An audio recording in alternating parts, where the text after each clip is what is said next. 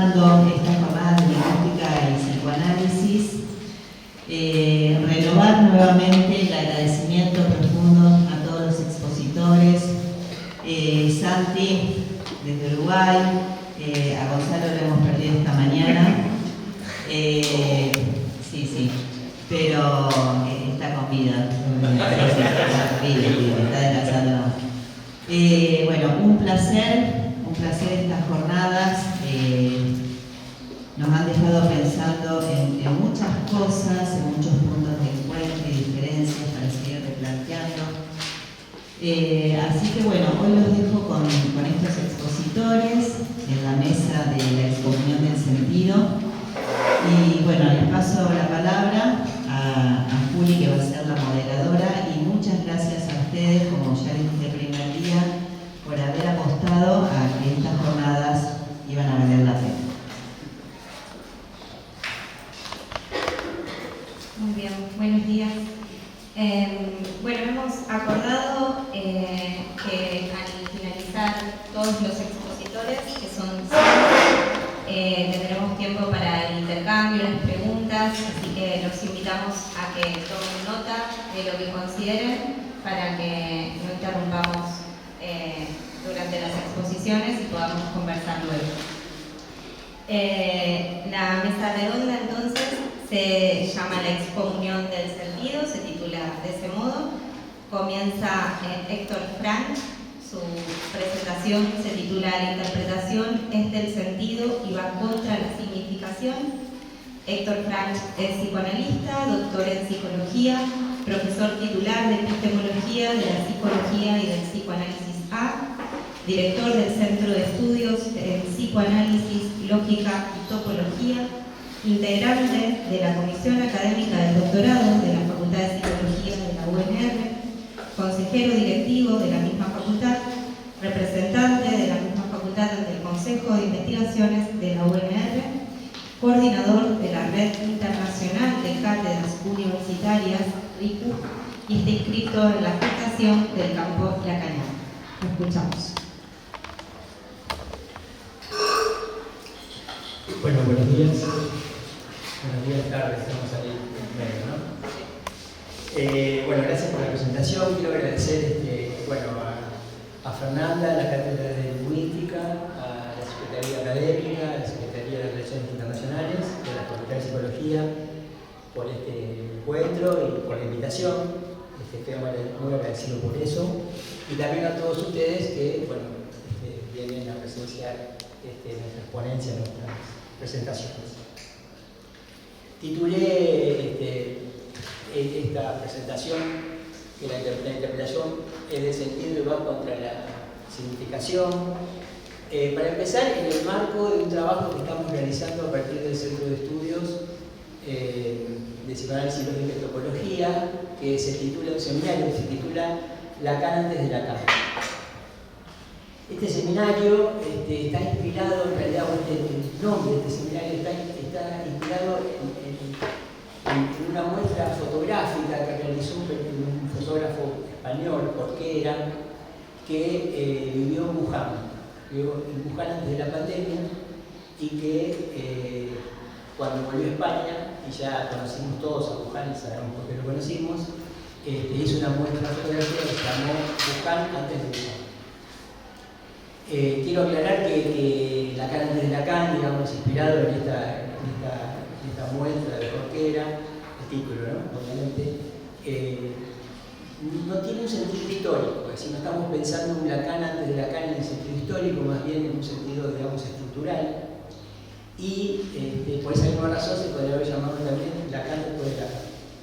Lo que es importante señalar, que también está en el conjunto de mi exposición, en el centro de mi exposición, el hecho de que, y es para todos obvio, que decir Lacan antes de Lacan es repetir un significante que no es idéntico a sí mismo. El sentido de ese trabajo que hacemos, titulado Lacan antes de Lacan, este seminario, tiene como objetivo dar cuenta, diría, del sentido de la enseñanza de Lacan, o el sentido de la enseñanza de Lacan y el sentido en la enseñanza de Lacan. Respecto del título, quiero contarles una situación que me parece que ilustra un poco también por qué elegí, en qué condiciones. Di el título pensando que estaba citando a Lacan. Inmediatamente intenté encontrar la cita, no la encontré. Hasta que el colega Diego García la encontró por mí, porque yo la buscaba en el seminario Problemas Cruciales para el Psicoanálisis, seminario 12.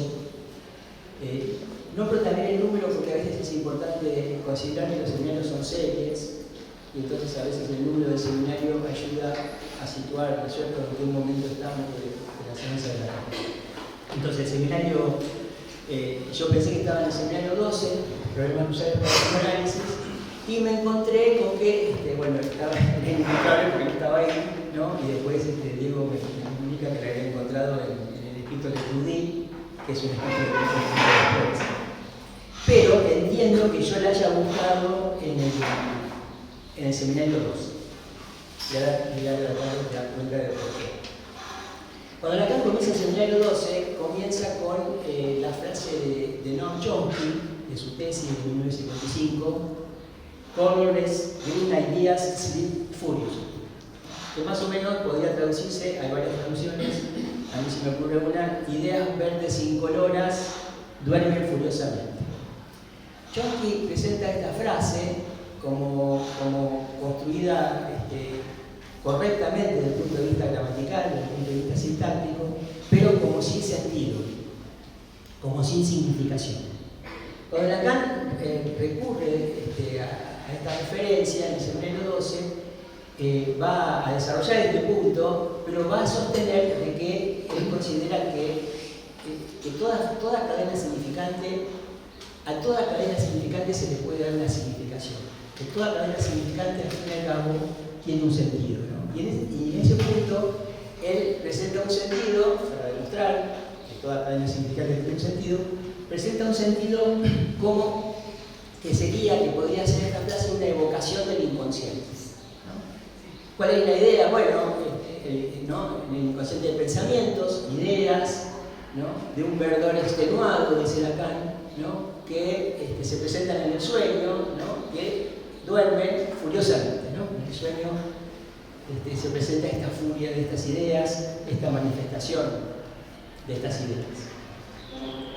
Concluye Lacan que esta evocación del inconsciente por el lado de la significación de esta frase es algo completamente idiota.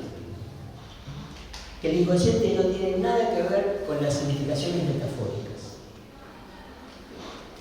Dice que esto es que esta significación, o que la significación en general, es de una futilidad extraordinaria, ¿no? De ahí se entiende que más adelante diga que la interpretación, exactamente no dice la interpretación es del sentido y va contra la significación, dice la interpretación es sentido y va contra la significación. Es decir, que a una cadena significante se le puede dar al fin y al cabo una significación por cualquiera. Acá mismo proponía, denme una frase de una cadena significante y yo le puedo hacer decir a las palabras cualquier cosa. Es decir, que no vamos a encontrar ahí nada especial que nos interese. Y esto es lo que permite distinguir sentido de significación. Porque el sentido, ¿no?, es un efecto y es algo que en el discurso de psicoanálisis es un efecto que está relacionado con el sujeto. Es el sujeto el que funciona como un efecto de sentido.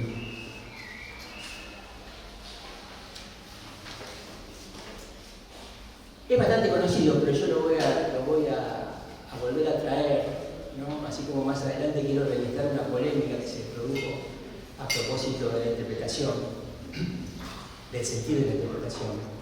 El hecho de que Lacan haya usado una clave, una llave, podemos decir así, que es la que es denominada los tres registros. En Lacan los tres registros funcionan como una clave y son de suma importancia, y de suma importancia distinguirlos, ¿no? Desde este punto de vista podemos decir que el registro de lo real, ¿no?, es el de los nombres indistintos, es decir, en lo real los nombres no se distinguen, que el registro del imaginario, que en el registro del imaginario la distinción pasa por la lógica de la imagen, es la lógica de la imagen la que permite establecer lo que es idéntico y lo que es diferente. Y que, tratándose del registro de lo simbólico, la lógica ya no es la de la imagen y lo que distingue es el significante. Y en este sentido, el significante funciona de una manera distinta que la imagen, porque, por ejemplo, a diferencia de la imagen, la lógica del significante dice que un significante es diferente del mismo. El significante introduce una diferencia no cualitativa, ¿no? Que un significante no podría significarse a sí mismo. En este punto es donde podemos decir, bueno, en términos generales podemos decir que el psicoanálisis es una praxis, es una práctica que trata, como otras prácticas, lo real por lo simbólico. Y lo importante en el caso de Lacan es que Lacan ha logrado depurar todos los elementos que evalúa en términos de registros, ha logrado depurar de imaginario todo aquello que pertenece al registro de lo simbólico. En este punto, digamos así, uno de los ejemplos más importantes, me parece, respecto de esto, es el hecho de la metáfora. Lacan tiene una teoría de la metáfora, desarrolla una teoría de la metáfora que no debe nada al imaginario. Y en este punto, para ilustrar un poco esto, necesito usar el pizarrón. Pasate el tal Carrera. Bien, bueno, Lacan parte del algoritmo, del algoritmo que atribuye a Saussure, ¿cierto? De ese algoritmo Lacan extrae la función del significante. En el caso de la metáfora, esa función del significante supone una sustitución, un significante sustituye a otro, ese significante es el que va a atravesar la barra y va a situarse en el lugar del significado. De esta fórmula de la metáfora de Lacan se deduce, y Lacan presenta otras fórmulas de la metáfora, una muy conocida que es exactamente la misma función, un significante sustituye a otro significante, ¿no? Y esto da como resultado, en una fórmula de fracciones de 4 términos, esto da como resultado que este significante que sustituye ocupa su lugar sobre el significado, estableciéndose de esta manera la fórmula de la metáfora. Desarrollo todo esto, que es bastante conocido, pero para llegar a un punto polémico que comienza, es una polémica que comienza en 1960, en la presentación del coloquio de Bonn, un par de discípulos de Lacan, Laplanche y Leclerc, presentan un trabajo que se llama El inconsciente, un estudio psicoanalítico, y eso inicia una polémica que dura en Lacan, diría, ¿no? Aproximadamente como unos 10 años, porque Lacan no solamente va a comentar esta polémica en el seminario Los Fundamentos del Psicoanálisis, el seminario 11, sino también en el seminario de un otro al otro, seminario 16, va a volver sobre este punto. Es una polémica que se desata, una discusión que se desata con respecto a lo que presentan estos discípulos en ese texto. Lo que estos discípulos no han tenido en cuenta es cómo entender la fórmula de la metáfora que Lacan presenta. Entonces voy a dar cuenta de esta fórmula con un par de ejemplos, algunos conocidos, espero que conozcan alguno de ellos, para poder entender qué es lo que ocurre con la fórmula. Por ejemplo, en el caso del famillonario, este es el significante que sustituye a familiar.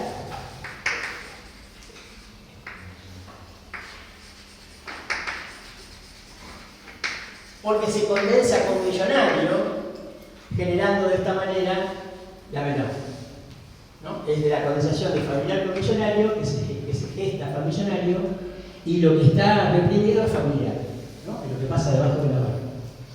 Porque millonario aparece en el significante que sustituye a familiar. Esto mismo ocurre con, por ejemplo, su gavilla no era vara ni tenía odio, que es el caso del verso de Víctor Hugo, de Voz Dormido, ¿no?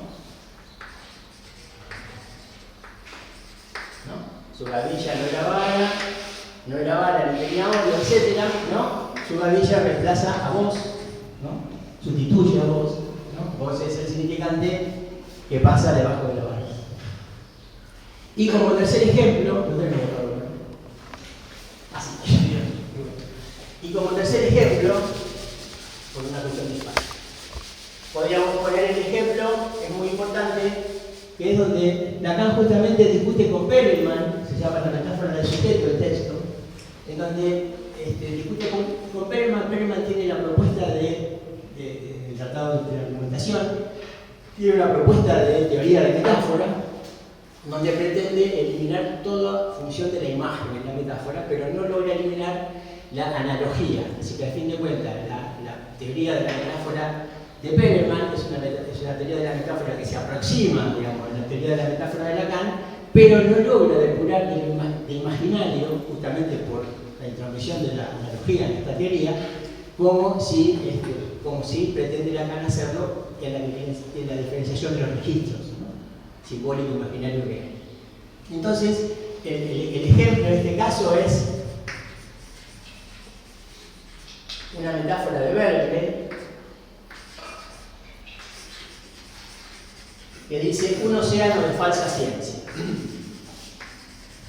en donde, si aplicamos la escritura, la formalización que hace Lacan de la metáfora, teníamos que un océano sustituye a ciencia, ¿no? Porque efectivamente la falsa ciencia no sería una ciencia, ¿no? Este es el ejemplo. En cambio, Perelman, ¿no?, construye una analogía con una formalización semejante, en donde, por ejemplo, dice que un océano es a un nadador, ¿no?, como la ciencia es al sabio.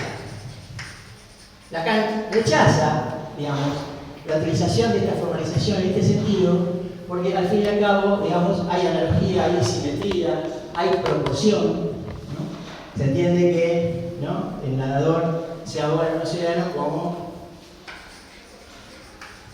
el sabio se pierde o desaparece en la inmensidad de la ciencia falsa. Bien, ¿cuál es la polémica, ¿no? La polémica, me parece que es importante porque ayuda a entender este concepto de la interpretación como sentido, es que estos discípulos de Lacan, en el escrito El inconsciente y el estudio psicoanalítico, ¿no?, lo que han deducido es que el significante que sustituye al que cae debajo de la barra y que se relaciona en ese caso con el significado, esto va sobre la barra y los otros dos significantes quedan en el inconsciente debajo de la barra. Con lo cual, Lacan, ¿no es cierto?, indica que hay un abuso del uso, digamos así, de la relación proporcional, en el sentido matemático del término, hay un abuso en lo que hacen Laplanche y Leclerc en llegar a esta conclusión, ¿no? Y pone el acento sobre esta relación significante que específicamente Laplanche, más que Leclerc, coloca debajo de la barra, diciendo que entonces la interpretación resulta abierta a cualquier sentido, a todo sentido. Es decir, esto es lo que Lacan refuta y dice, no puede ser, la interpretación no es cualquiera, la interpretación es sentido, pero no es cualquier sentido, no debe fallarse, ¿no? Esto es importante, ¿no?, porque si la interpretación puede ser cualquiera, entonces tenemos que dedicarnos a otra cosa, psicoanalistas, ¿no? Es decir, la interpretación no debe fallarse, la interpretación es sentido, que la interpretación sea sentido no es tan importante como el hecho de que la interpretación va a dar lugar a un significante que es ese significante sin sentido, es decir, sin sentido, traumático, irreductible, al que está atado el sujeto, ¿no? Este significante, por supuesto, reprimido, que se va a poder dar cuenta cuando ocurra la interpretación, que es sentido, como dice Lacan, pero que no es lo importante que la interpretación sea sentido, sino el hecho de que ese significante es el significante que está determinando al sujeto, ¿no? Determinando al sujeto y como tal es un significante significante irreductible sin sentido, ¿no? Esto lo reencontramos en la escritura también de 4 términos del discurso del analista, ¿no? En donde el producto es ese significante que comanda, ese significante que llamamos amo también, que es lo producido en el discurso del analista, ¿no? Ese significante al que está atado el sujeto, que es el significante que hace a su determinación. Ya termino, si dejo lugar a mis compañeros que también tengan tiempo para su exposición. Bueno, entonces, lo que es importante, ¿no? No es una discusión, no es un debate que Lacan haya dado por cerrado rápidamente, ¿no? Lacan hace este comentario sobre qué es lo que ocurre con esta interpretación de las metáforas que él propone en el seminario 11, Fundamentos del Psicoanálisis, vuelve sobre este problema en el seminario 16, y el otro, justamente cuando Gilles Deleuze publica el libro La lógica del sentido, ¿no? Este libro que es muy interesante porque Deleuze allí lo que hace es va a tratar de dar cuenta de una lógica del sentido a partir de la lógica estoica, leyendo fundamentalmente los libros de Louis Kahn. Y este libro, la lógica del sentido, está compuesta por una cantidad de series, ¿no? Cada capítulo es una serie, son 34 series, y sobre el final, todas las series, podríamos decir, confluyen en el punto en donde Gilles Deleuze dice, y no estoy de acuerdo con Lacan, ¿no? De decir que efectivamente en el inconsciente son posibles todos los sentidos a partir del significado. Lo que, ¿no? Y dice, bueno, esto Deleuze reconoce que esto él lo toma de sus discípulos, no de Lacan mismo. A lo que Lacan tiene la necesidad de volver a responder a esta conclusión que hace Deleuze, ¿no? Con su posición que es diferente de la de sus discípulos. Lo que efectivamente sus discípulos no tienen en cuenta, ¿no? Han perdido de vista es el hecho de que el significante nunca se puede significar a sí mismo, porque el significante es diferente de sí mismo, y esto es lo que está absolutamente demostrado por Lacan y puesto en juego en el discernimiento del registro de lo simbólico, ¿no? Cuando decimos no le debe nada a el espíritu.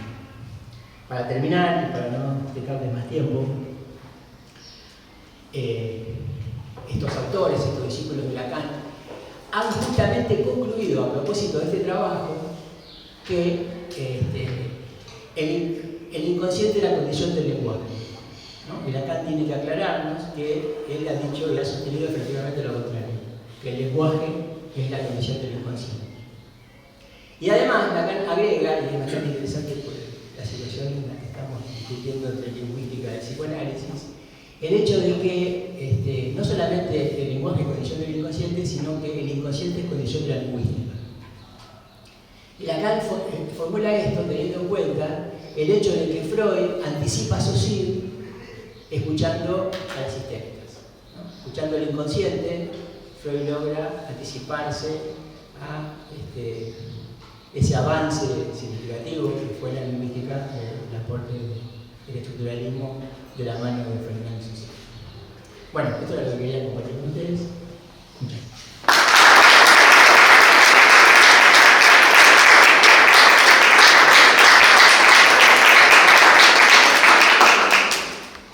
Muy bien.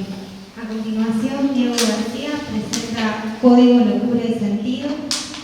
Diego García es miembro de la Escuela Lacaniana de Psicoanálisis de París, Francia. Acordamos que lo podía decir en español por mi pésimo francés.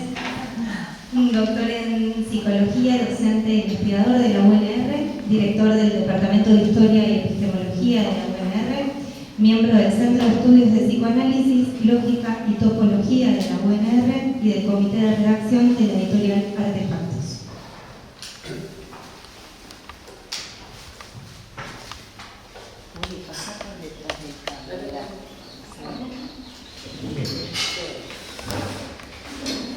Bueno, ¿qué tal?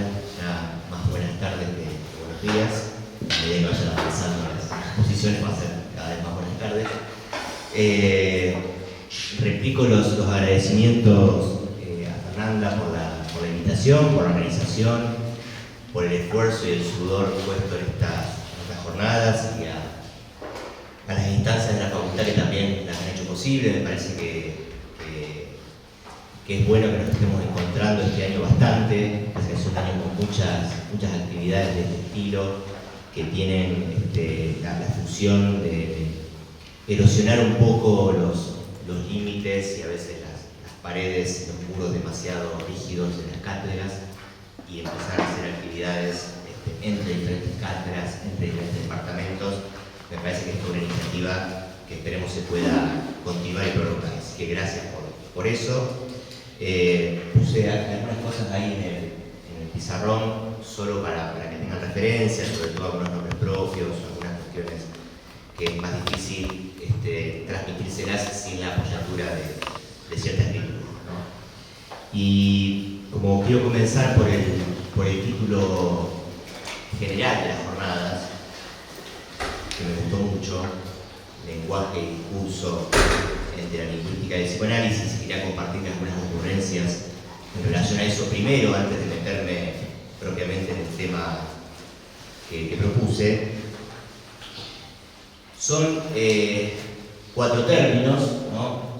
Si dejamos de lado los infatuados artículos, ¿no? Tenemos lenguaje, discurso, lingüística, psicoanálisis, agrupados de a pares, lenguaje y discurso, lingüística y psicoanálisis, y reunidos cada uno por un indicador conjuntivo, ¿no? Que es esta I que está subrayada ahí en el pizarrón.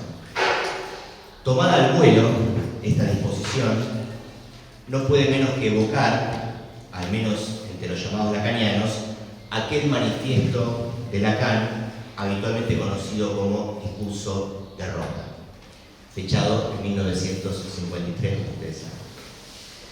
La ocurrencia se ve que no es casual, nunca una ocurrencia es casual, puesto que el término discurso está presente aquí y allá. Pero no solo eso. Función y campo de la palabra y el lenguaje en psicoanálisis, que está del otro lado, tal el nombre original de esa conferencia de Lacan, pone en juego el mismo indicador conjuntivo, esa misma I del título de nuestras jornadas. Una conjunción que al redoblarse, función y campo, palabra y lenguaje, en su insistencia genera a la vez una cierta distribución. La función es la de la palabra conjunción, el campo es el del lenguaje como campo. ¿Hay algo de eso en la convocatoria de estas jornadas? A saber, el lenguaje de la lingüística y el discurso es del psicoanálisis. No es seguro, pero el solo hecho de que esa posibilidad esté sugerida me invita, al menos a mí, a detenerme un momento en eso. Es necesario, sin embargo, ponerle algunos reparos a esa posible distribución. También el lenguaje es asunto del psicoanálisis, del mismo modo que el discurso lo es para la lingüística. El asunto radica quizás en si al decir lenguaje y al decir discurso, en uno y otro caso, hay algo más que una simple homonimia o incluso una homografía. Es decir, 2 términos que son idénticos, pero cuyo significado es bien distinto. Como ocurre, por ejemplo, con la palabra sierra, ¿no? Que puede designar tanto una cadena montañosa, la Sierra de Córdoba, como la herramienta que lleva el mismo nombre. Podría ocurrir, y en cierto sentido es esperable que así sea, que al decir lenguaje y discurso, en lingüística y en psicoanálisis, no estemos diciendo lo mismo. Es desde esa no mismidad, o sea, desde esa diferencia, que me parece que es posible trazar alguna conversación entre lingüística y psicoanálisis. Entre ese quinto término, me parece que es la clave. Ciertamente, ni la lingüística ni el psicoanálisis están en posición de arrogarse para sí exclusividad alguna sobre el lenguaje y el discurso. Ya lo decía Ferdinand de Saussure, si me permiten citar aquí al padre de la lingüística estructural, el lenguaje cabalga sobre diferentes dominios. Y yo agregaría el discurso también. Es por cabalgar sobre diferentes dominios que lenguaje y discurso acaso no sean dominio exclusivo, por lo tanto, ni de uno ni de otro. El lenguaje no es solo lo que la lingüística dice de él, ni es lo que el psicoanálisis solamente dice de él. Del mismo modo, el discurso no es posible de ser reducido al tratamiento que hace de él la lingüística, ni al lugar que el psicoanálisis le asigna a su vez en su campo. Habrá que saber, según el adagio romano, dar al César lo que es del César y a Dios lo que es de Dios. Lenguaje y discurso, entonces, más que corresponderse uno a uno con la lingüística y el psicoanálisis, se encuentran entre, según el título de las jornadas, las primeras del segundo. En una tensión incesante, tironeados a un lado y a otro, acaso formando dos círculos de Euler que los reúnen al tiempo que los separan. Tal vez lo más importante no sea enredarse con las distintas concepciones que sin duda otorgan al lenguaje y al discurso, sino captar a qué responden esas diferencias, a qué se deben esos disímiles abordajes que hacen tanto la lingüística como el psicoanálisis de estos términos que sin embargo comparten sin disputarse su dominio. Y en ese punto me interesa comenzar a introducir el tema de nuestro panel, que como recordaban acá es la excomunión del sentido, y en particular el título que elegí para esta presentación, Código, Locura y Sentido. Propongo que es posible afirmar que si el psicoanálisis y la lingüística tienen para decir cosas distintas acerca del lenguaje y el discurso, ello se debe a sus praxis, es decir, a aquello de lo que tratan y de lo que se ocupan. Y el psicoanálisis solo se ocupa de una cosa, de la locura. No hacia la lingüística, al menos hasta nuevo aviso. No digo que carezca de interés para la lingüística las peculiaridades del lenguaje de la locura, con sus neologismos, sus enunciados interrumpidos, sus holofrases, etc. Pero ciertamente no es su asunto ni el fundamento de su teoría o de su práctica. En cambio, para el psicoanálisis, la locura es aquello mismo de lo que se ocupa.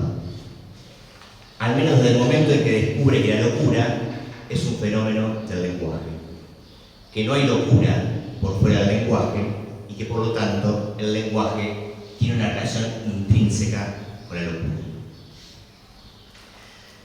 Al hablar aquí de descubrimiento por parte del psicoanálisis, de la relación entre lenguaje y locura, no pretendo decir que el psicoanálisis fue el primero en señalar esa mutua implicación. Es evidente que el lazo entre locura y lenguaje, o incluso entre locura y palabra, ya había sido vislumbrado y explotado por el teatro, tanto antiguo como moderno, y posteriormente por la literatura, como ha mostrado suficientemente Michel Foucault.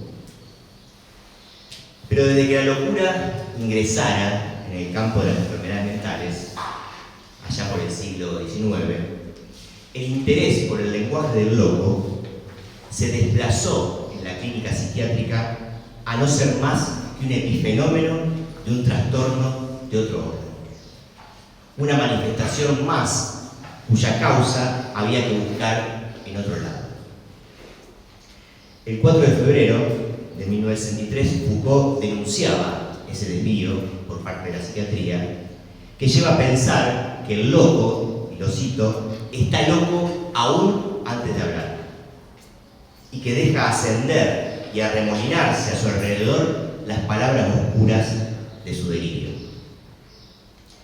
Por el contrario, para Foucault, como para Freud, lo cito, el parentesco entre la locura y el lenguaje no es simple ni de pura filiación.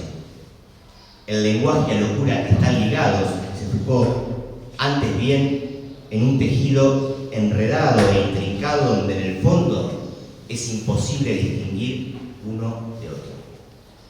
Y concluye, al punto que las locuras, aun las que son mudas, pasan y pasan siempre por el lenguaje. Es con Freud que la locura dejó de tener que ver con las alteraciones del soma, con los desarreglos químicos, con las perturbaciones cerebrales, y recuperó algo de la dignidad de la palabra que cierto orden del discurso le había quitado, en la medida en que había allí alguien dispuesto a acogerla, es decir, escucharla.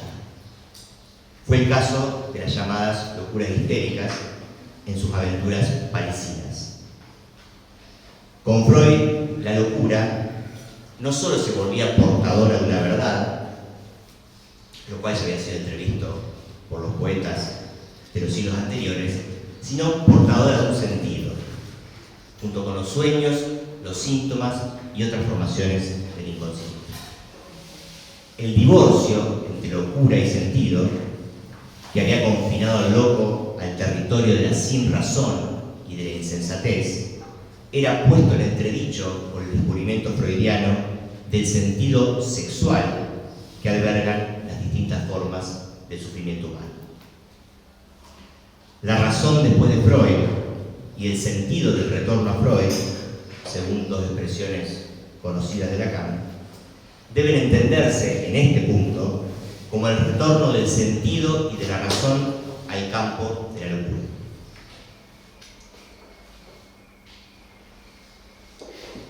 Sin embargo, y a pesar de haber abierto las condiciones para ese retorno, es verdad que Freud mantuvo, para con ciertas formas de la locura, una actitud por lo menos paradójica: la exclusión de ciertas formas llamadas psicóticas de la locura. Con todo, esa exclusión, que pudo parecer en algún momento doctrinal, según lo que Freud afirmaba acerca de la incurabilidad de la paranoia por parte del tratamiento analítico en 1906, se revelaría más bien como una posición personal de Freud. Tal como Freud se lo confiara a uno de sus discípulos, István Holozs, húngaro, por allá arriba, que por entonces era el vicepresidente de la Sociedad Psicoanalítica de Budapest, en una carta de octubre de 1928. Dice Freud, hablando del tratamiento, ¿no?, de la psicosis por parte del psicoanálisis: debí finalmente confesarme que la razón era que yo no amaba a esos enfermos. En efecto, me enojan, me irrito por sentirlos tan lejos de mí y de todo lo que es humano. Una intolerancia sorprendente que hace de mí más bien un pésimo psiquiatra. Y concluye preguntándose: ¿no estaré en vía de conducirme como los médicos de antaño con respecto a las histéricas? ¿Acaso mi actitud hacia la psicosis es la consecuencia de una postura más clara, en el sentido de que la expresión de mi hostilidad con respecto a eso es la primacía que doy al intelecto? ¿O qué es? Fue con discípulos como Holozs y tantos otros, mucho antes incluso de que Jacques Lacan entrara en escena, que el tratamiento de la llamada psicosis tuvo sus primeras tentativas en el campo analítico. Solo quisiera señalar un hecho atinente a las relaciones entre código, locura y sentido, que quizás nos permita distinguir entre un tratamiento de la locura, cuya práctica del psicoanálisis tampoco fue el primero en realizar, ya que estuvo precedido por la psiquiatría del siglo XIX, y una verdadera recepción de la palabra del loco como una palabra capaz de impartir una enseñanza e incluso una enseñanza acerca del lenguaje. Existe un abismo entre tratar al loco, es decir, inscribirlo como objeto de un tratamiento con fines curativos, y escuchar esa palabra, esa particular relación con el sentido, ese singular código de la locura, y acoger lo que allí se testimonia. Dice Foucault, si nos cuesta comunicarnos con los locos, no es sin duda porque no hablan, sino tal vez porque justamente hablan demasiado. Con un lenguaje sobrecargado, en una especie de profusión tropical de los signos en la que se confunden todos los caminos del mundo. ¿Por qué, se pregunta Foucault, en nuestra cultura, este vivo interés por todas esas palabras incoherentes, insensatas, y que acaso acarrean consigo un sentido mucho más pesado? Es curioso, o no tanto, que ese señalamiento le venga al psicoanálisis de Michel Foucault. Solo muy recientemente empezamos a tener noticias que haya sido tomada en cuenta la elección. Todo un conjunto de escritores, yo se los puse ahí a algunos en el pizarrón: Antonin Artaud, Jean-Pierre Risset, Raymond Roussel, Louis Holson, entre otros, escritores que han participado a la vez del espacio de la locura y del espacio literario, los dos discursos esencialmente marginales, según Foucault, fueron descuidados desde hace mucho tiempo como portadores de una enseñanza a la que algunos psicoanalistas comienzan ahora a darle un lugar. Me refiero, por ejemplo, al lamentable y recientemente fallecido Jean Lelouch. Sin duda, no podrá objetarse que ello se debe, este descuido, ¿no?, a que el psicoanálisis no tiene por qué interesarse por la literatura, aun cuando esa literatura sea la máxima expresión de la relación intrínseca entre locura y lenguaje. Sobran los ejemplos literarios sobre los que tanto Freud como Lacan se han interesado: Shakespeare, Hoffmann, Dostoyevsky, Gide, Sade, Mallarmé, Marguerite Duras, etcétera, etcétera, etcétera. No obstante esto, y a pesar del profuso interés que la literatura pudo haber despertado en el psicoanálisis, es cierto que ese interés estuvo mucho más centrado en las obras literarias como tales, en sus contenidos y en sus tramas, que en sus autores. Cierto temor a caer en los desfiladeros de la psicobiografía mantuvo a raya la importancia conferida a la vida de esos autores, como si fuera posible en la literatura, como en el psicoanálisis, separar tajantemente vida y obra. Pero entre ambas alternativas, o sea, ocuparse solo del contenido de una pieza literaria, lo cual es muy valioso, y detenerse en los aspectos vitales de su autor, existe también la posibilidad de dar lugar a los juegos de palabras, los trastocamientos del lenguaje, el sinsentido aparente que se encuentran en ciertos textos, en todos esos textos, los de Artaud, los de Risset, los de Roussel, en la medida en que fueron escritos por individuos que la misma sociedad que analizó sus obras no dejó por eso de marginarlos y considerarlos locos, es decir, encerrarlos, ¿no?, como pasó casi toda su vida adulta, por ejemplo, Artaud. Si, como afirma Foucault, la literatura y la locura juegan con los signos que juegan y se burlan de nosotros, y tienen entonces, dice Foucault, un horizonte común, una suerte de línea de unión, que es la de los signos, es porque, al igual que la literatura, la locura atenta contra la lengua como código. La palabra reconocida como loca o literaria pone a la lengua en peligro. ¿Cómo? Teniendo su cifra en ella misma. Es decir, dice Foucault, la locura no obedece a ninguna lengua y por eso es insensata. pero contiene su propio código en las palabras que pronuncia y por eso tiene sentido. Aquellas palabras insensatas, cuyo sentido escapa al sentido común y compartido por otros hablantes de una lengua, que poseen un código propio y su propia cifra, distinta del código universal con el que creemos comunicarnos, son las palabras a las que el psicoanálisis, más que ningún otro discurso, está en condiciones de dar la bienvenida. No para tratarlas o curarlas, ni retribuirles la supuesta sensatez perdida, sino para dejarse leccionar por ellas, captar la lección que imparten y lo que nos enseñan acerca de las relaciones entre el lenguaje y lo público. No otra cosa, advertía Lacan, el 17 de febrero de 1976, cuando, tras escuchar una presentación de enfermos, a Gerard Lucas hablar de palabras impuestas, Lacan se preguntaba, y termino con esta cita, ¿cómo es que todos nosotros no percibimos que las palabras de las que dependemos nos son de alguna manera impuestas? En este aspecto, lo que llamamos un enfermo, dice Lacan, llega a veces más lejos que lo que llamamos un hombre con buena salud.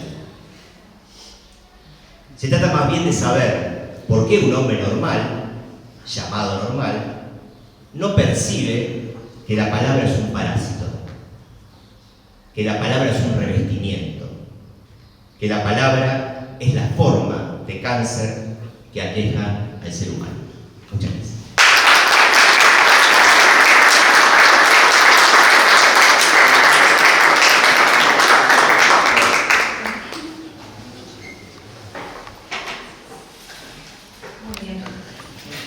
A continuación expone Lorelei Cisneros.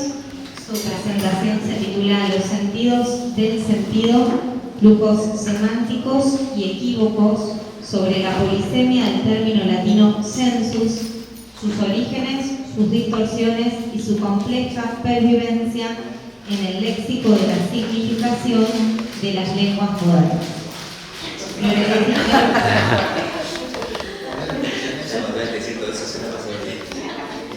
Lorelei Cisneros es profesora en letras por la UNR, magíster en teoría lingüística y adquisición del lenguaje. Es profesora adjunta de la Cátedra de Lingüística y Discursividad Social de esta facultad y profesora adjunta de Lengua Latina 1 de la Facultad de Humanidades y Artes. También es profesora titular de la Cátedra de Retórica de la Facultad de Psicología de la UNIL. Participa de proyectos de investigación sobre lengua y retóricas latinas y sobre retóricas institucionales.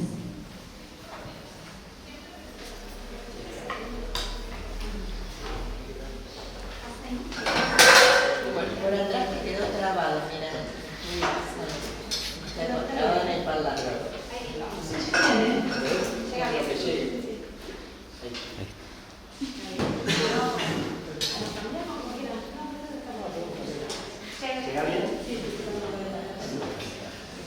Bueno, buenas tardes. También celebro la realización de esta jornada, también agradezco la posibilidad de formar parte de este foro. Como dice Barthes, la lección inaugural es un honor y una alegría, pero más una alegría que un honor, porque el honor puede ser inmerecido, pero la alegría nunca lo es. Así que bueno, como reza el título, mi presentación va a ir por otra cuerda, va a ser muy breve, va a trabajar sobre la idea del léxico y la idea del sentido. Pensé que podía ser esa la entrada a esta mesa, porque coincide un poco con mis preocupaciones actuales, así que por eso tomé este camino. Bueno, como les digo, va a ser breve y voy a ir siguiendo un texto. Que empieza así. El habitar entre lenguas, como nos sucede a quienes estamos interesados en el estudio de las lenguas clásicas y sus prolongaciones, nos enfrenta a cada paso con el apasionante problema de encontrar aquello que hace a la singularidad de cada una de esas lenguas. Si dejamos de lado asuntos importantes atinentes a la sintaxis y la morfología, un ámbito privilegiado para buscar esos rasgos constitutivos y singulares es el del léxico, y más particularmente el de esas piezas del léxico que se instalan en la ambigüedad, la homonimia, la polisemia, fenómenos que, como sabemos, han dado lugar a extensos desarrollos tanto en el dominio de la lingüística como del psicoanálisis. Hay algo atractivo en esas exploraciones, sobre todo porque parecen ir hacia lo que nos desconcierta. El hecho de que la misma palabra o palabras aparentemente similares puedan tener diferentes significados. Cada lengua tiene sus homónimos, sus palabras polisémicas, sus intraducibles, sus zonas de imprecisión y cruce. De alguna manera son síntomas de la deriva del sentido que más de una vez se iluminan justamente cuando esa lengua se pone en relación con otra. Porque en lo habitual es así, en el diálogo con otra, cuando emergen las particularidades que buscamos. Ese cruce entre lenguas nos hace sensibles a esas distorsiones y a esos flujos semánticos, nos permite explicar su significado, su historia, pero por sobre todo nos acerca al mismo tiempo a los diferentes modos de conceptualización de cada una de las culturas que lo forjaron, a los rasgos semánticos que pusieron de relieve, a aquellos que silenciaron. Finalmente, esa explicitación nos revela una certeza. Los sistemas de conceptos de cada lengua se unen, se complementan, se completan, forman un todo que no se corresponde exactamente con el sistema de ninguna y del que no se puede dar cuenta si no es por relación. De ahí, creo yo, el interés de un trabajo que apunte a revisar los meandros de algunos de los vocablos primordiales de la historia del pensamiento moderno, en sus más remotos orígenes, así como sus derivas posteriores. Como en una especie de labor circular, propongo aquí un caso, el de las particularidades que han dado lugar al sentido de nuestra palabra sentido. El sentido del tacto, el sentido de la vida, el sentido de las agujas del reloj o del río, el sentido de un enunciado. Es claro que en una mirada superficial nos remiten a valores semánticos distintos. Me gustaría sugerir, sin embargo, que es posible hallar a la vez una secreta afinidad entre los diversos valores de sentido. El diálogo entre lenguas parece indicarnos que esta polisemia no es del orden del azar. Y si esto es efectivamente así, cualquier dilucidación sobre el sentido se verá obligada a poner de manifiesto casi al mismo tiempo la unidad y la variedad de estos valores. Nuestra palabra sentido, le sens, il senso o sentido, en las otras romances, deriva del latín sensus, proveniente a su vez del verbo sentire, es decir, percibir por los sentidos. Pero voy brevemente un poquito más atrás, porque sensus es la palabra latina que la patrística emplea para traducir del griego varios valores semánticos. Por un lado, hay Stanestein, que podríamos traducir por sensación, palabra que encontramos en estética, sinestesia. Lo notable es que es un término que está construido sobre un vocablo sánscrito, avi, que quiere decir percibir, pero fundamentalmente oír, como el audio latino. Vemos así que la palabra griega destaca un modelo de sensación, es percibir con los sentidos, pero fundamentalmente con los oídos. Porque el griego dispone también de luz, que remite a la percepción intelectual, más propiamente a la intuición intelectual, valor al que se llega por desplazamiento metonímico, pues originariamente provenía de lo sensible, era estrictamente olfatear, oler, percibir por la nariz. El sensus latino los absorbe. Recordemos que para los antiguos romanos, de lo sensible a la razón no hay más que un solo paso. Sentire significa así sentir, tanto como saber, darse cuenta. Y vale aquí no olvidar la cadena de conceptualizaciones que se abre. Ya nos han hablado mucho los lexicólogos acerca de los secretos vínculos entre el saber y el sabor y los orígenes sensibles de la producción intelectual. Por último, el sensus latino traduce también una tercera palabra griega, semainain, remite, como sabemos, a la significación, hacer signo, querer decir, y que nada tenía que ver con el tankai y nous. Estos sentidos, diferenciados en griego, se unen en el sensus y el sentire latino. Y parece haber una causa. Establecen los etimologistas que ambos responden a la antigua raíz del indoeuropeo sent, que indica tomar una dirección, un trayecto, un camino. Hacia entonces, sentire expresaría estrictamente en latín el hecho de experimentar una sensación que llega por los sentidos y a la vez el sentimiento, la reflexión o el acto de decisión que esa percepción conlleva o provoca.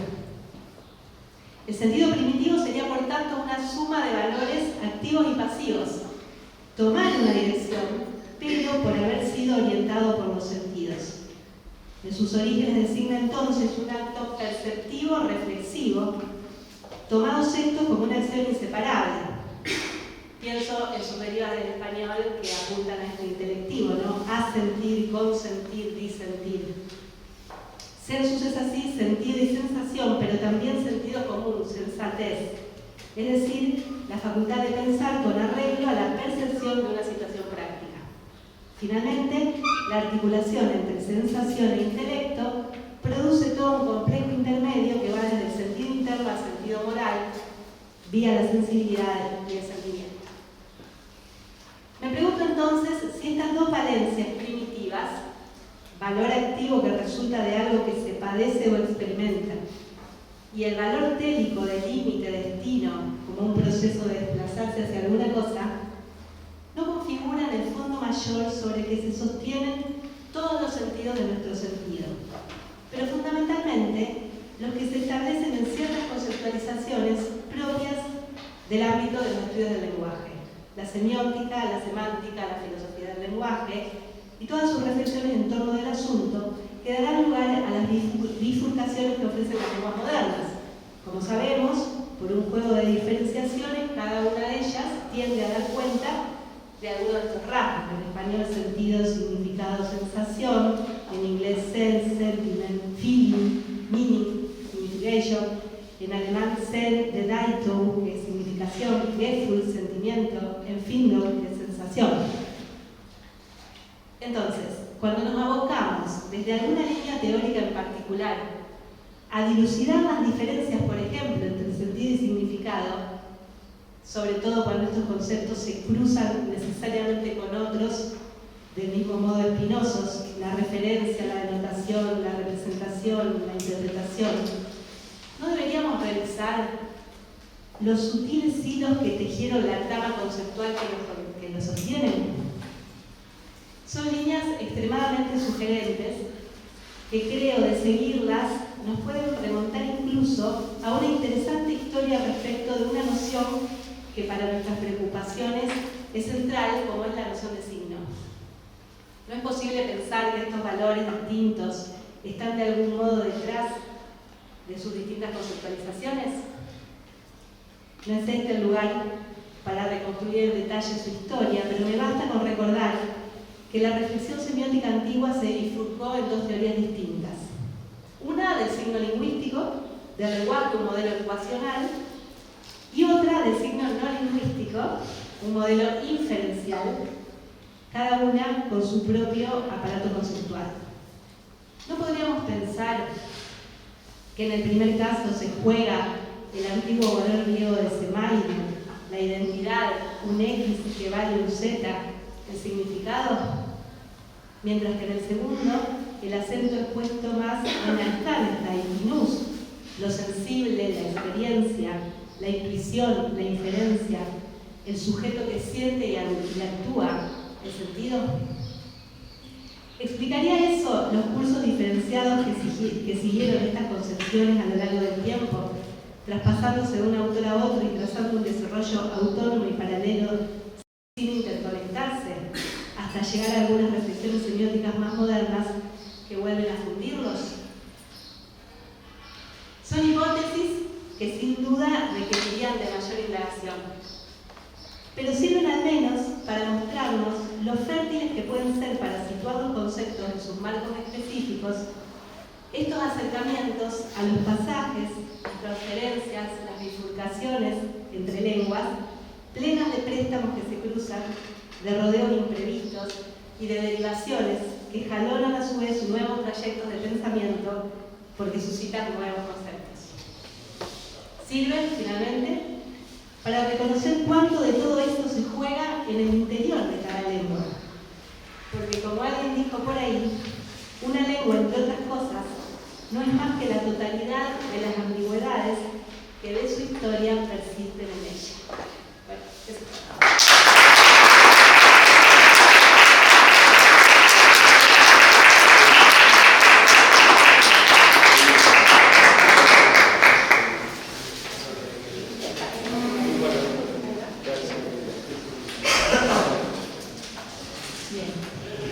A continuación, expone Roberto Bertolet, el síntoma y el sentido.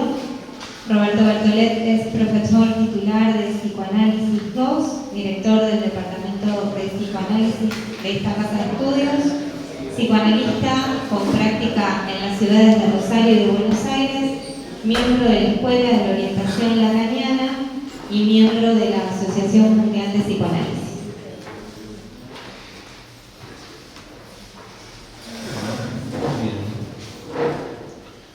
¿Qué tal? Buen día. Muchas gracias. Un gusto compartir esta mesa. Un gusto haber aceptado la invitación de Fernanda y de la Cátedra de Lingüística para esta jornada y, bueno, estar con todos ustedes acá presentes. Magnífico. Lo mío va a ser muy breve, va a estar ubicado en relación con la clínica, con la práctica. El título, bueno, ya lo anticipa, el síntoma y el sentido. Lo pienso en este comentario en relación más que nada a los estudiantes de la carrera, que pueda ser comprensible y de tal modo que empecemos por Freud, que justamente le dio valor de algo que suponía, en principio él, que lo que escuchaba como malestar, como sufrimiento de un paciente, de una paciente, eso, de algún modo, por algo ocurrió.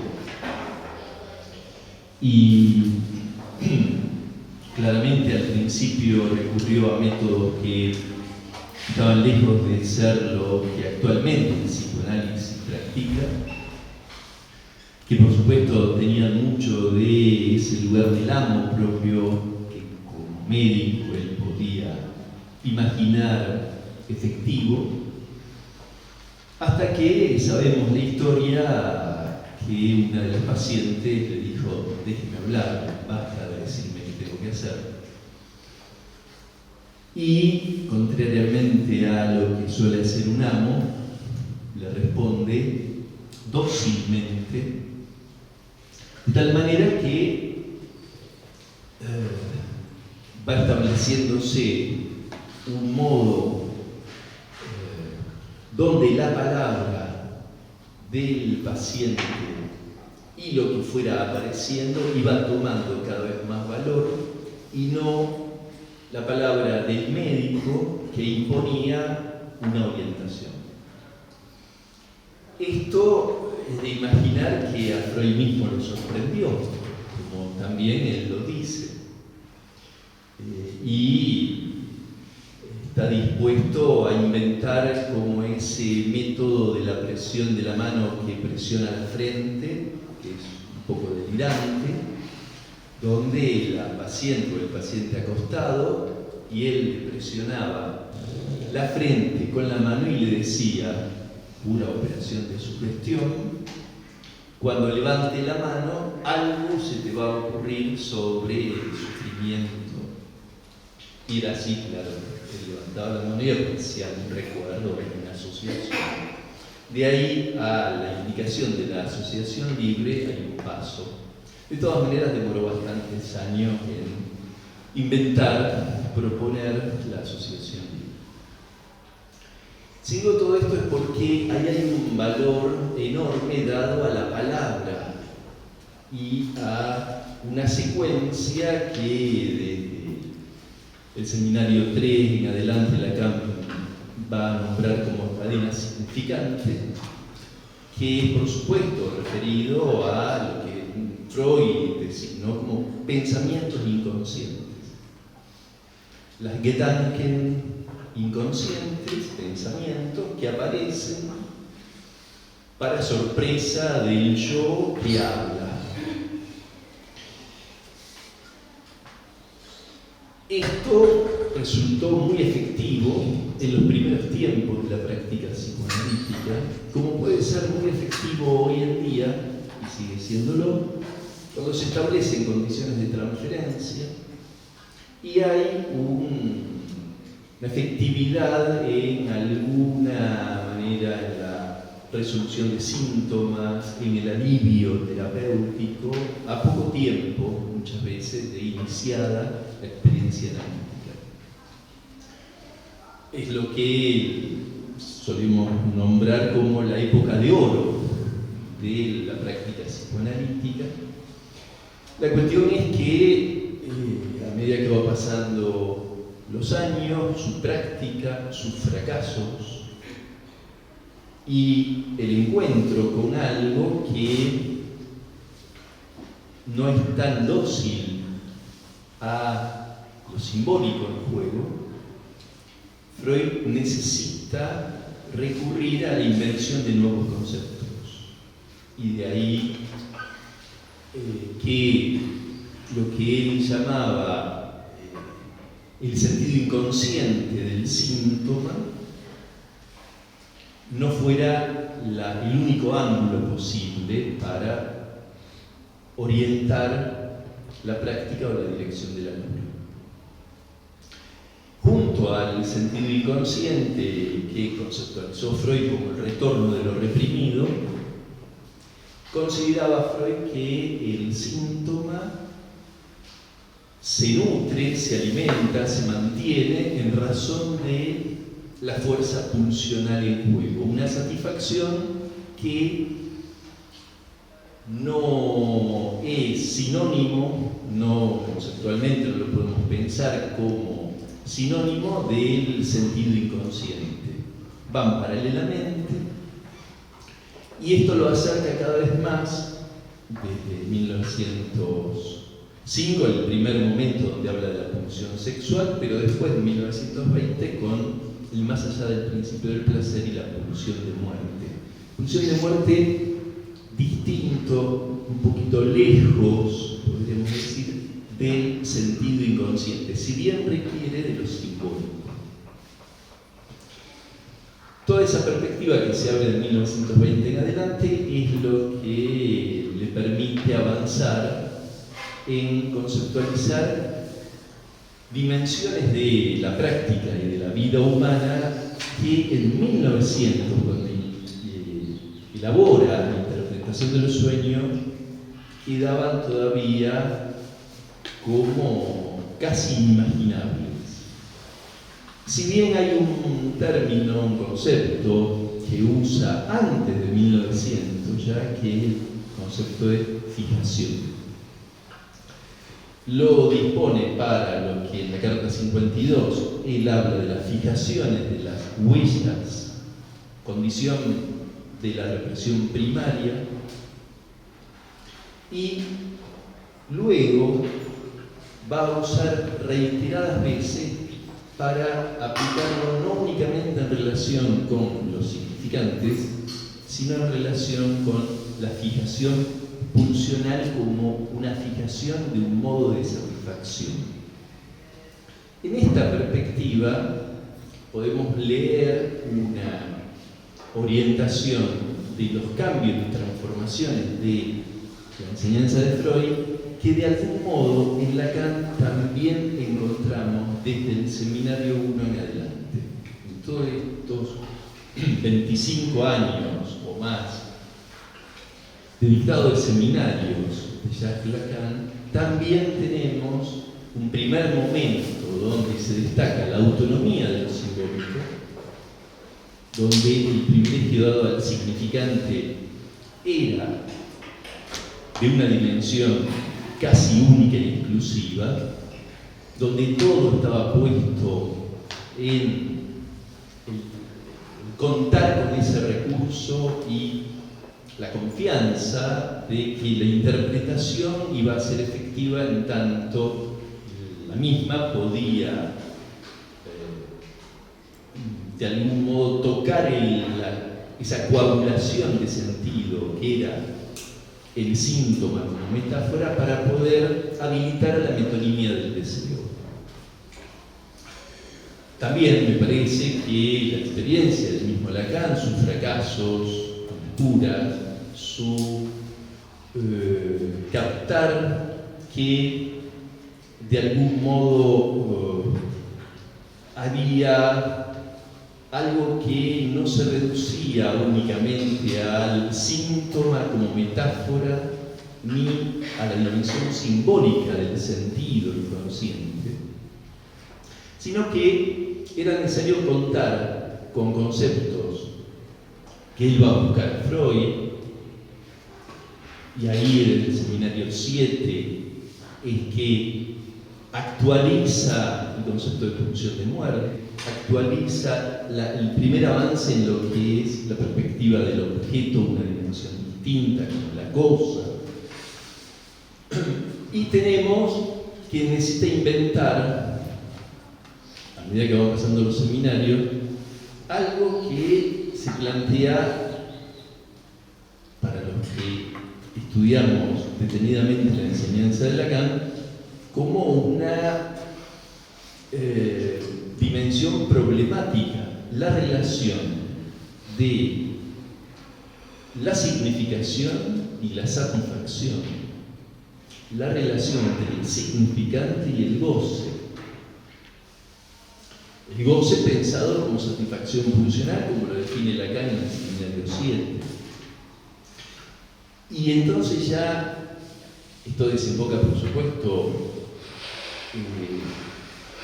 en esa referencia que hacían antes respecto de los registros, los nudos, los anudamientos distintos y la transformación del concepto de síntoma. Pero lo que me parece que es muy interesante tomar en cuenta este detalle y no mucho más para poder darle la palabra a Olivia después, que es lo siguiente.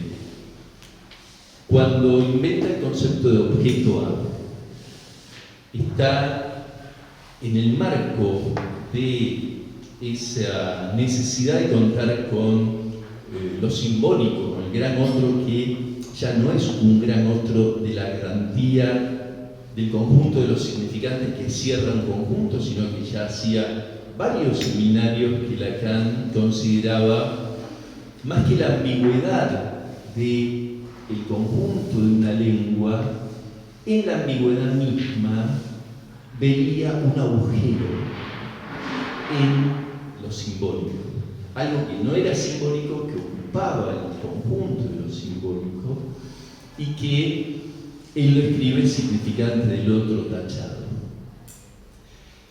Lo trabaja enorme cantidad de veces ese concepto, no lo abandona, no lo suelta, lo vuelve a trabajar en diferentes seminarios. Y el concepto de objeto A es interesantísimo en tanto es un agujero mismo.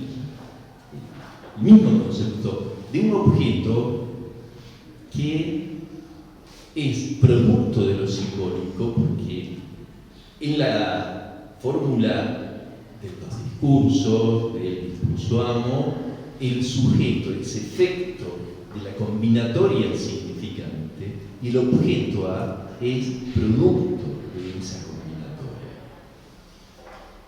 Tenemos ahí algo, pero que no es significante del objeto A. O sea, esto ya es toda una complejidad de tal naturaleza que se dedica a varios seminarios Lacan a trabajar esto como algo puede ser producto de un universo en términos simbólicos, pero al ser un producto de ese conjunto simbólico que está agujereado, se convierte en un producto que no es significante.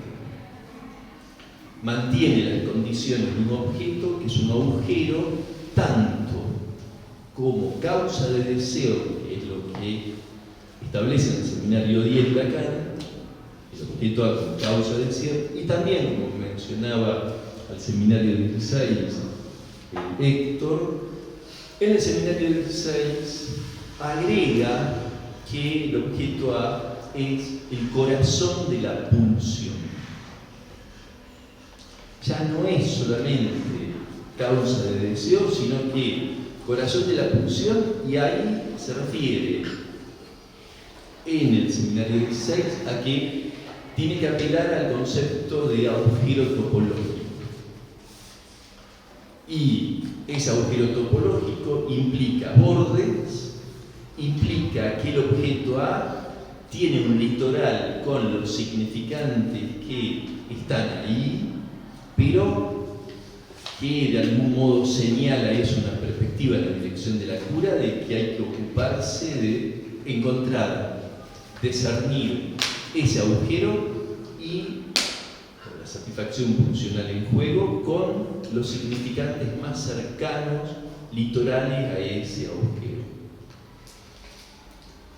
Por eso digo, me parece que hay una perspectiva donde para Lacan esa autonomía del significante, primero, autonomía simbólica de los primeros seminarios, no resulta suficiente para pensar lo real en juego, lo real que es lo que vuelve siempre al mismo lugar, y en la clínica nos ocupamos de eso, porque en la misma práctica es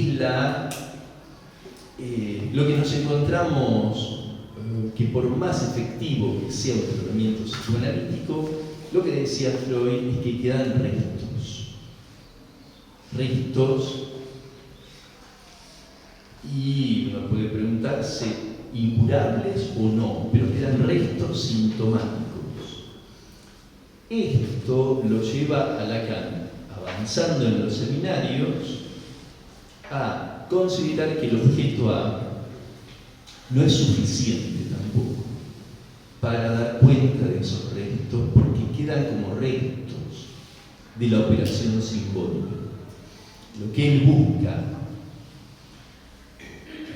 de algún modo estaba ya en la perspectiva de esto en el seminario 11, cuando decía Lacan que hay un signo, la orientación de la cura es relevar significantes asemánticos. Quiere decir que no producen significación por su relación con otros significantes. El significante eso lo dice en la última clase del seminario 11, pero después lo retoma con el concepto de letra. Una letra vendría a ser de algún modo eso que está en ese litoral, que podríamos dejar el término significante, pero en la medida en que no está en relación con otros significantes, sino que el análisis lo ubica a esa letra como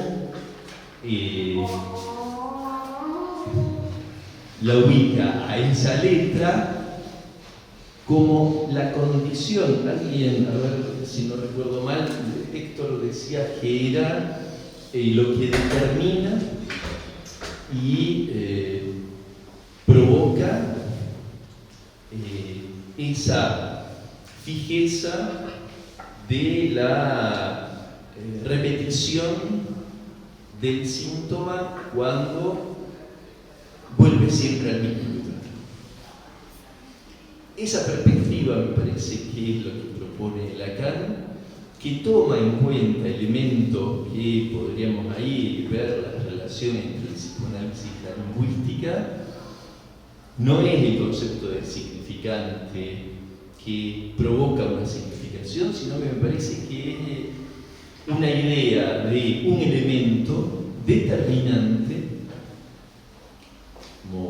fundamental que tiene consecuencias en la vida, en los modos de goce de cada uno que se repiten sin solución de continuidad.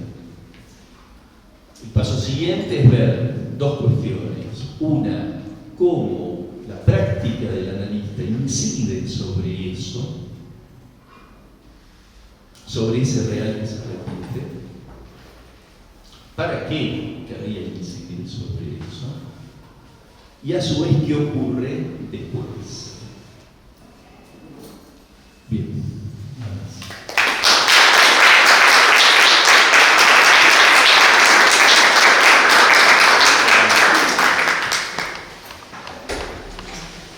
Bueno, finalmente va a cerrar esta mesa redonda Olivia Dinardo. Su presentación se titula Poética. Olivia Dinardo es practicante de psicoanálisis, profesora adjunta de Psicoanálisis 2, miembro del comité editorial de la revista Psicoanálisis en la Universidad de la Facultad de Psicología de la UNED. Bueno, buenas tardes. Me sumo al agradecimiento a Fernanda, a la Cátedra de Lingüística, al departamento, a quienes hacen posible estas jornadas que son de mucho valor, como decían mis compañeros y mis compañeros de panel, quienes fueron docentes, profesores, que ahora son colegas. De eso también voy a hablar un poco en torno a nosotros. Titulé el trabajo Poética, una operación psicoanalítica en lo imposible de nombrar. Habla también tú. Sé el último en hablar. Di tu decir. Habla, pero no separes el no del sí. Y da a tu decir sentido. Dale sombra. Dale sombra bastante, dale tanta, cuanto en torno de ti tú sabes extendida entre medianoche, mediodía y medianoche. Mira en torno. Ve cómo alrededor todo se hace viviente. En la muerte, viviente. Dice la verdad quien dice sombra. Paul Celan. Hablar es el acto que nos hace humanos. Decir, nuestro decir, esa versión del humano en lo que Freud descubrió el inconsciente. Déjeme hablar, le dirá Amy Bonene, y Freud escuchará allí algo. Sobre cómo fuimos dichos, inventamos nuestras propias palabras, aquellas que nos nombran y por las que somos nombrados. Diga lo que se le ocurra, es el texto sobre el que podemos empezar a operar en un psicoanálisis. Di tu decir sería la forma de la regla fundamental que encontré en Celan. Entonces, diría que vengo a decirles mi decir. Ahora bien, ¿qué sombra esconde mi decir y cómo llegar a ella? Cuando recibí la invitación por medio de Fernanda, recordé que lingüística había sido la materia más difícil de mi primer año, quizás también de mi primero y segundo.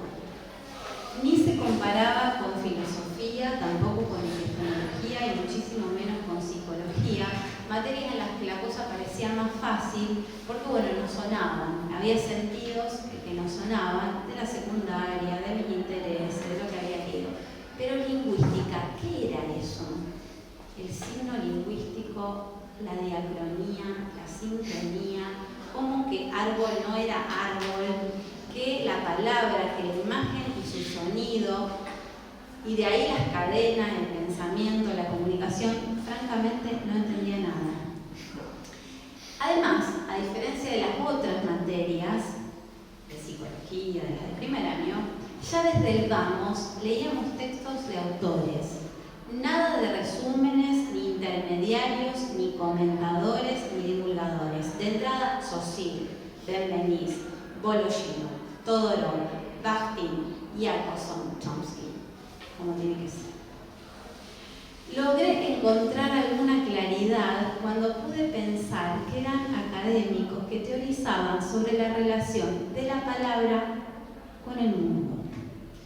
Y encontrar ese punto de claridad entre tanta opacidad me tranquilizó. Pensaba, la relación entre la palabra y el mundo.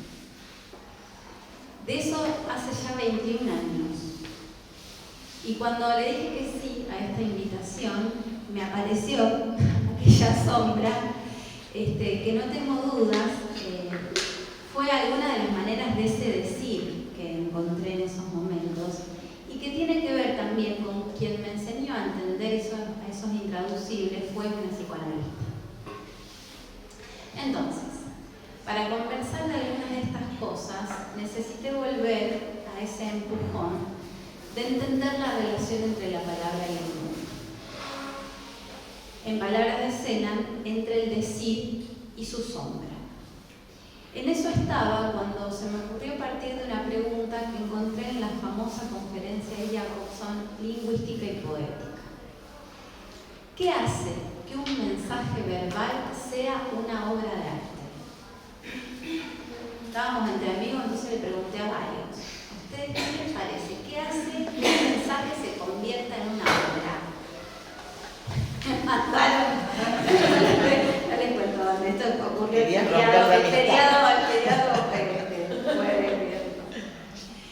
El le agrego por mi cuenta. ¿Qué lugar posee en la práctica psicoanalítica el texto poético? Desde Freud conocemos que los poetas se nos adelantan, con Freud conocemos que la función del poeta no es azarosa, sino que cumple una función que está ligada a lo íntimo de la estructura del sujeto. Podemos entonces hacer un deslizamiento desde la función del poeta a la función poética. Tal función se puede asociar a las formaciones del inconsciente, sobre todo al chiste. Es lo que conocemos como ganancia de placer y como tal, la ganancia de placer está referido a aquello que ubicamos como prohibición en la estructura.